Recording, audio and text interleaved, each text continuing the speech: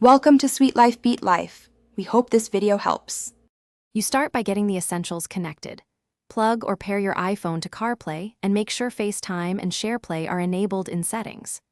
Once done, open the app you want to SharePlay, music, podcasts, or a supported video app, and initiate a FaceTime call with the person you want to share with. Make sure the call uses your iPhone audio route. This ensures CarPlay can hand off the shared session to the car display and keep both devices synchronized. Once your FaceTime call is active, tap SharePlay from the app's playback controls and select the media to share. You'll see CarPlay display remote playback controls. Use them to play, pause, skip, or scrub.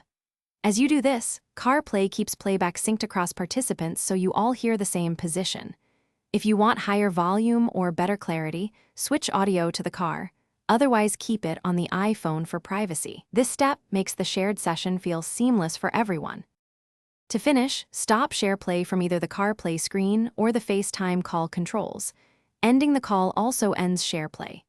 If playback falls out of sync, pause on CarPlay, ask participants to rejoin the SharePlay session, or restart FaceTime. This forces a fresh sync.